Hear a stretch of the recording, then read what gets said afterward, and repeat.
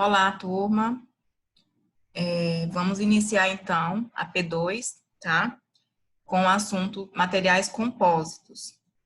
O objetivo da nossa aula é compreender quanto à definição dos materiais compósitos, como também a sua importância e contribuição para a engenharia e sociedade. Afinal, o que são os materiais compósitos? Os materiais compostos é uma combinação de dois ou mais materiais distintos, tá? Que não pertencem ao mesmo grupo e que possuem características físicas ou químicas diferentes, com o objetivo de obter um produto final com uma determinada combinação de propriedades mecânicas, químicas e térmicas, e que possua uma maior qualidade. Os materiais compostos, eles foram criados para acrescentar propriedades, tá? Aos materiais da construção civil.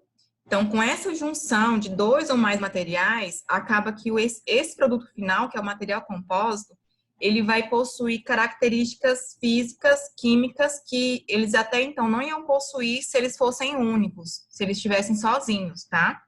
Então, é como se unisse um material que é bom, digamos assim, fisicamente, e um outro que seria bom quimicamente, e aí nessa união, esse material composto, ele vai acabar contribuindo de forma a mais, digamos assim, com propriedades mecânicas até então impossíveis se fosse um único material, tá? Vamos falar um pouco do contexto histórico. Os materiais compostos, como algumas pessoas às vezes nunca nem talvez tenham ouvido falar, já existe desde a antiguidade, tá? Por mais que nós não conhecíamos pelo nome, né, por chamar de material composto, mas até então eles eram já existentes, né, no mundo, e às vezes a sociedade não conhecia como material composto. Aqui nós temos um exemplo, que é o tijolo de adobe. Ele é composto de barro e de palha, ou seja, são dois materiais, o barro e a palha, que juntos vão, né, contribuir para um produto melhor do que se fosse o barro ou a palha sozinho. Às vezes, somente com o barro não seria possível conseguir, às vezes não, com certeza, né? Somente o barro não seria possível obter uma característica necessária do tijolo, né? E nem também somente com a palha. Então, foi realizada essa junção de barro e palha para se construir esse tijolo, né? Que vai acabar sendo um material mais rico, digamos assim, na junção desses dois tipos de materiais. Esse capim, ele fornece uma resistência mecânica do material e o barro, ele acaba por preencher, fornecendo solidez ao tijolo, tá? Então, desde os primórdios, os homens se preocupavam com a evolução dos materiais, quer seja através do uso de materiais naturais, como as pedras, madeiras, ossos de animais, quer seja desenvolvendo novos materiais através de uso da tecnologia. Então, um aspecto importante é que o domínio da área de materiais sempre representou o domínio de um povo sobre o outro. Isto é, aquele que possuía as melhores armas era o vencedor, tá? Então, o tijolo de adobe é um material muito antigo, tá? Então, assim, os seres humanos, né, as pessoas sempre foram inovando desde muito tempo, já desde a antiguidade, para, então, contribuir para a sociedade. E quem mais possuía ferramentas que descobriam novas tecnologias, era o vencedor, era assim que eram vistos, né, como vencedor. Como que é, então, estruturado um material composto? O material composto, ele tem a fase contínua, que também é chamada de matriz, e também tem a fase dispersa, tá? Que é chamada de reforço. Aqui nós podemos observar o que seria a matriz. Utilizando como exemplo aqui esse tijolo de adobe, nós podemos observar lá que a matriz seria o quê? O barro, tá? Esse barro, ele está servindo como o preenchedor não, sim, ele está preenchendo os espaços para dar uma estabilidade às fibras, tá? As fibras de palha. Então, nesse caso aqui, o barro, ele é a matriz, e as fibras de palha estão sendo o reforço, tá? Que é a fase dispersa. Essas fibras, elas podem ter a orientação na vertical, na horizontal, que eu vou explicar mais à frente. Vocês podem observar aqui que nem sempre ela segue um posicionamento único, tá vendo? Aqui elas estão alinhadas, aqui elas já estão em duas orientações, aqui elas estão mais dispersas, tá? Então, recapitulando, numa estrutura de um material composto, a matriz e ao reforço, tá? A matriz, ele serve para estabilizar, para manter as fibras no local, no lugar, tá? Preenchendo esses espaços. Então, quais são as funções da matriz? Mais clara, né? Dizendo mais claramente, é para dar manutenção das fibras nas orientações apropriadas, como já falei, para manter, né, como se diz, as fibras no lugar, tá? Para dar proteção contra abrasão e efeitos ambientais, ou seja, para proteger essas fibras, tá, contra abrasão, e também para transferir e distribuir as tensões, tá? Lembrando que os reforços, eles servem para reforçar e fornecer características físicas e químicas que não foram observadas na matriz e que melhoram o material como um todo, tá? Normalmente, o reforço, ele que dá mais resistência para o material compósito, tá? A matriz serve mesmo somente, na maioria das vezes, né? Somente para manter essas fibras no lugar, tá? E para proteger o reforço de efeitos ambientais. Então, digamos que o que traz mais resistência para um material compósito, na maioria das vezes, são os reforços, tá? O reforço, ele traz dureza, que é a força de ligação entre os átomos, traz a resistência mecânica, tração, compressão, flexão, torção, e traz também tenacidade para o material, tá? Que é a energia absorvida antes de se romper. E a rigidez também traz resistência à força que é aplicada. Então, quais são os tipos de matrizes dos compósitos? As matrizes, elas podem ser matriz metálica, pode ser uma matriz cerâmica e pode ser uma matriz polimérica. A matriz polimérica, ela ainda pode ser classificada como elastomérica, como termofixa e também como termoplástica, tá? Por que ela está mais abrangida, que tem mais classificações? A matriz polimérica é a mais utilizada na construção civil, tá? Mais à frente eu vou explicar o porquê. Vamos falar agora aqui da matriz metálica primeiro. A matriz metálica, ela, por vantagem, tem o quê? Elas podem ser submetidas a temperaturas bastante elevadas, né? Porque por se tratar de materiais metálicos, né? Então, elas têm mais resistência ao fogo, ao calor. Elas não são inflamáveis e possuem alta resistência à degradação de fluidos orgânicos. Mas a desvantagem desse tipo de matriz é que ela tem um alto custo, tá? Além do que, quando ela é usada como reforço, né, quando o material metálico é usado como reforço, não somente como matriz, vai trazer o quê? Uma rigidez específica, uma resistência maior específica, vai trazer uma resistência à abrasão, uma resistência à fluência, à condutividade térmica e também a uma estabilidade dimensional. Já a matriz cerâmica, ela possui por vantagem ser mais resistente à oxidação e à deterioração sob temperaturas elevadas, e a desvantagem da matriz cerâmica é a predisposição desses materiais à fratura, né, que se rompem com mais facilidade, né, qualquer queda, qualquer choque, ela tem mais facilidade de quebra, a matriz cerâmica. E, em sua maioria, os reforços de matriz cerâmica costumam ser de fibra de vidro, de carbono e também de aramida. Já a matriz polimérica, elas são usadas, como vantagem, né? São usadas na maior diversidade de aplicações dos compósitos, assim como nas maiores quantidades.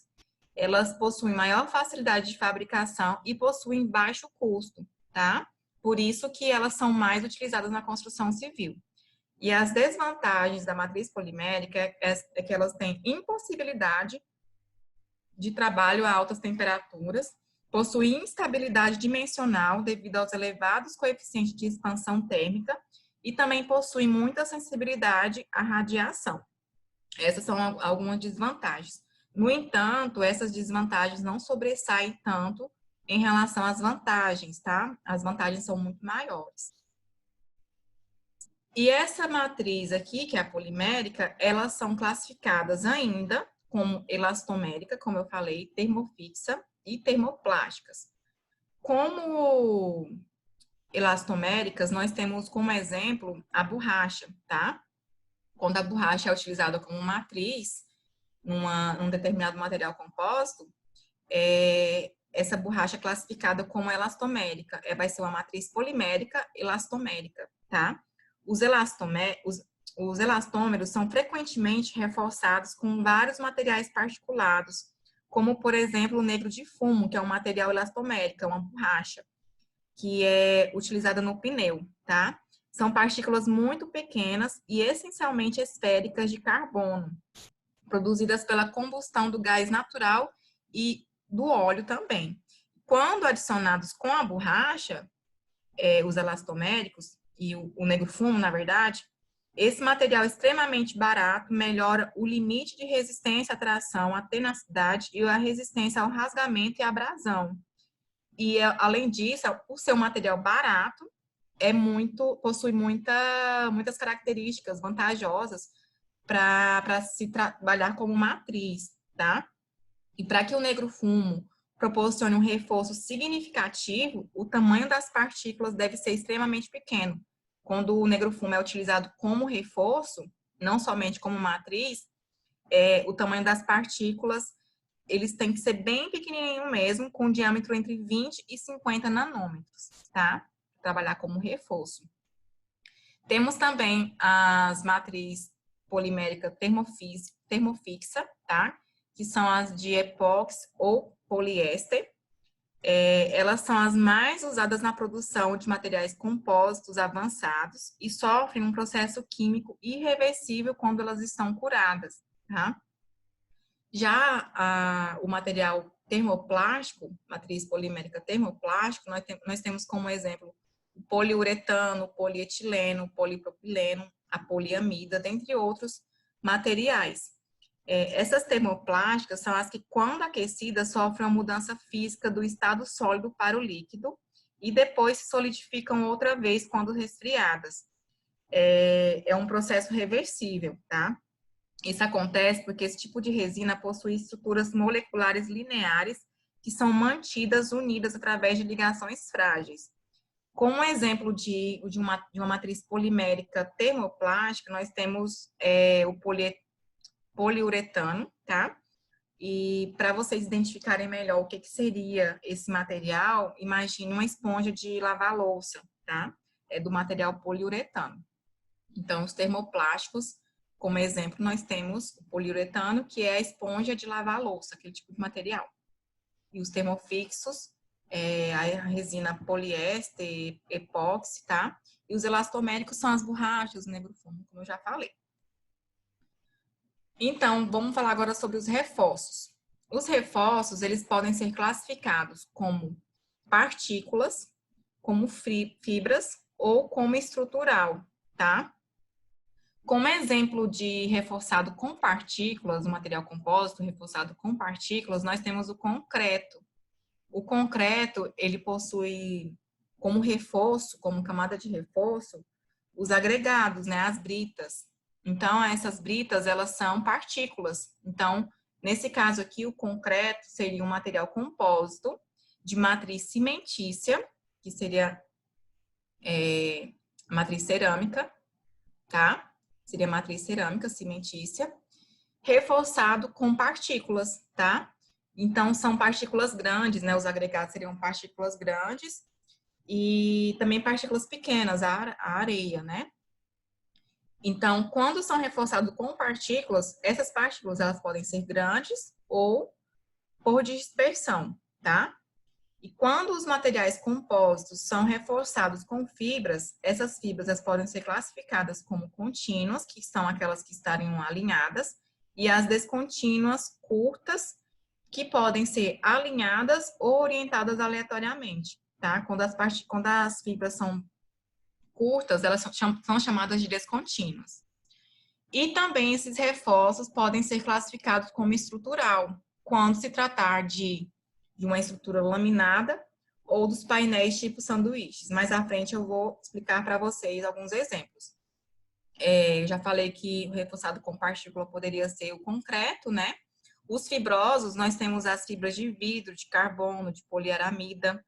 E o estrutural, nós temos os painéis, tipo sanduíche, temos os pisos e temos também as telhas. Aquelas telhas tipo sanduíche, eu vou até mostrar uma foto nos próximos slides. Aqui, os materiais compostos com reforço, reforçado com fibras. Que nós temos uma imagem, uma figura, que nós temos aqui um reforço com fibras contínuas. E essas fibras contínuas estão alinhadas. Então, elas podem ser alinhadas tanto na direção longitudinal, quanto na direção longitudinal, caso fosse desenhadas assim, né? Tivesse desenhadas nessa posição. Então, tanto faz, elas podem ter direção longitudinal ou direção transversal, tá? E as descontínuas, que são as fibras curtas, que são esses dois exemplos aqui, elas podem ser alinhadas, seguindo a mesma direção, e elas podem ser orientadas aleatoriamente, tá? Sem seguir somente uma posição, tá? Então, vamos falar agora das propriedades mecânicas dos compostos. Para adquirir a propriedade mecânica necessária, né, de interesse, vai depender da representação desse reforço, tá?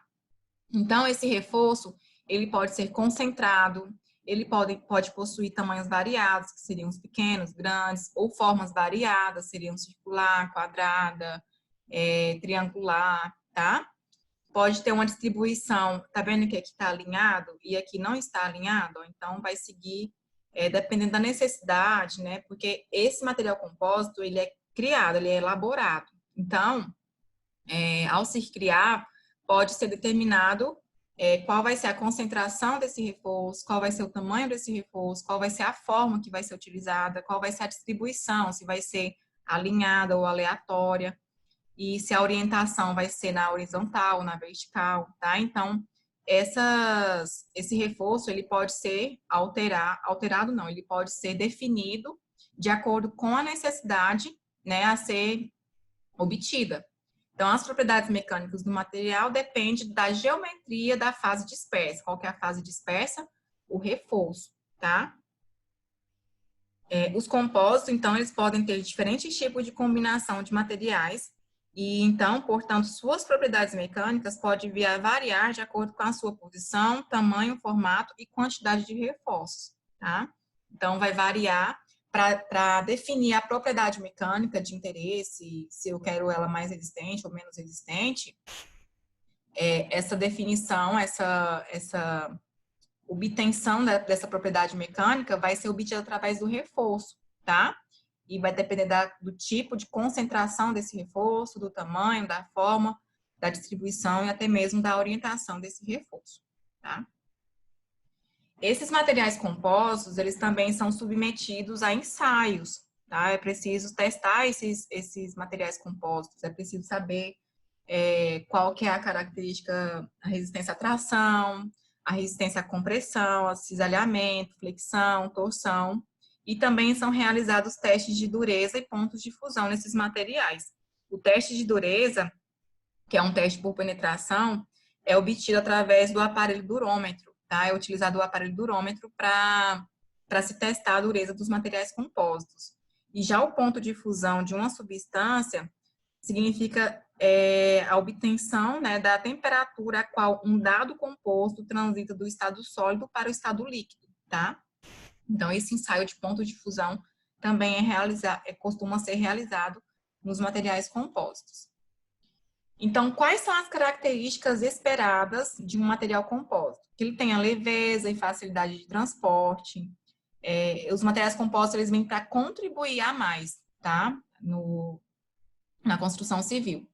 É importante que ele tenha resistência química, uma resistência a intempéries, a flexibilidade arquitetônica, durabilidade, facilidade de manutenção, resistência mecânica. E, além disso, eles são feitos sob medida, né, já que é um material que é criado, que é obtido através da junção de outros mais materiais.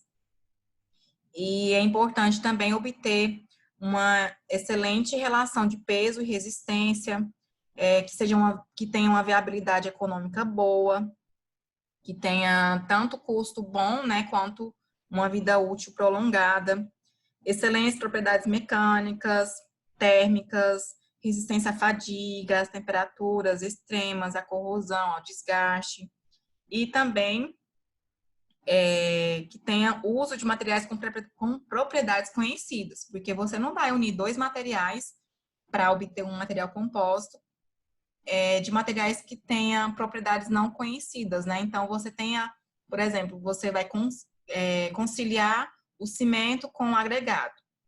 Então, para isso, você precisa conhecer as propriedades mecânicas do cimento, para saber se é viável. Nós já sabemos que é, né? Porque o concreto já existe e todos já conhecem as propriedades do concreto. Então, é importante saber as propriedades do cimento e as propriedades dos agregados, para então já se esperar a propriedade final do concreto, né? Então, você vai ter a sua necessidade, o cientista, né, vai ter a necessidade e vai, a partir do conhecimento da matéria-prima, digamos assim, do material composto, conhecendo, então, essas propriedades dos produtos base, né, do material composto, você já vai esperar, né, vai já prever a propriedade mecânica do material composto. E onde são aplicados esses materiais compostos? Na indústria aeronáutica, né? Um avião aqui que é feito com material composto, fibra de vidro. Na indústria petrolífera, né? Nas tubulações rígidas e flexíveis, que vai fazer com que tenha uma resistência mais elevada, né? A variação de pressão, já que aqui se trata de materiais marítimos, né? Na indústria petrolífera. Na indústria automobilística, que os chassis em fibras de vidro de carbono, com perfis aerodinâmicos. Na indústria náutica, aqui nós temos um navio com fibra de vidro, com alta resistência à oxidação. Na indústria de geração de energia, que são pás de turbinas eólicas reforçadas com fibra de vidro. No lazer, aqui nós temos uma piscina reforçada com fibra de vidro. Na construção civil, nós temos aqui uma barragem do reservatório com a estrutura em concreto armado, resistente à pressão exercida pela água, ou seja, algum outro material sozinho não seria suficiente para resistir a esse tanto de necessidades aqui, ó, que contribui para a sociedade, tá? Um único material não conseguiria resistir essas resistências, né? Então, essa junção de dois ou mais materiais acaba contribuindo, né, para a sociedade e podendo, então, na construção civil, construir mais obras, não só para a construção civil, né, como nós estamos vendo aqui na aeronáutica, no petróleo, né, na aeronáutica, aqui o avião, né, na petrolífera, na automobilística, na indústria náutica, na indústria de geração de energia, então, no lazer, né? Então, como um todo, né? Na sociedade como um todo, há os materiais compostos, como você pode ver. Inclusive nas indústrias de próteses ortopédicas, né? Aqui nós temos a prótese de membros inferiores, construída em fibra de carbono, combinada com outros elementos de liga. Na construção civil, mais uma vez, nós temos aqui o estádio Beira-Rio. A cobertura desse estádio é composta de fibra de vidro revestida por uma camada de teflon, o que a torna autolimpante com a água da chuva e extremamente resistente a variações climáticas, né? Então, vocês podem ver aqui o benefício, né, de estar usando um material compósito na construção civil. É autolimpante, então não diria custo-benefício, porque eu não tenho noção do custo, né, disso aqui, mas que traz muitos benefícios, né, pensa bem para poder ficar limpando isso aqui, tanto que seria mais complicado. Então, essa camada de Teflon torna o material autolimpante com a água da chuva, né, e além do que, é extremamente resistente às variações climáticas local. Aqui nós temos um reservatório de água fria, nós temos uma antelha termoacústica e nós temos também um compensado, tá? Esse reservatório aqui de água fria, ele é de polietileno. Essa telha termoacústica aqui, ela é de zinco e isopor. Então, são dois materiais, tá? O isopor fica centralizado, ele é tipo sanduíche. E esse compensado aqui, de madeira, possui a matriz de lignina e reforçada com fibras celulósicas, tá? São usadas para pisos, para painéis, e também há os materiais fibrosos, os laminados de madeira. Então, vocês podem observar que através dessas ilustrações aqui, a utilização de materiais compostos abrange um universo amplo em relação à sua aplicabilidade, conquistando, assim, diferentes campos de mercado. Então, os materiais compostos é uma inovação tecnológica, digamos assim, e só vem a contribuir não só para a construção civil, né, mas para várias áreas do mercado. Aqui eu trouxe para vocês uma curiosidade, tá? Deixa eu ler aqui uma reportagem que eu coletei da internet. Plásticos, fibras de vidro e de pneu viram cimento sustentável, idealizado por universitários no Amapá.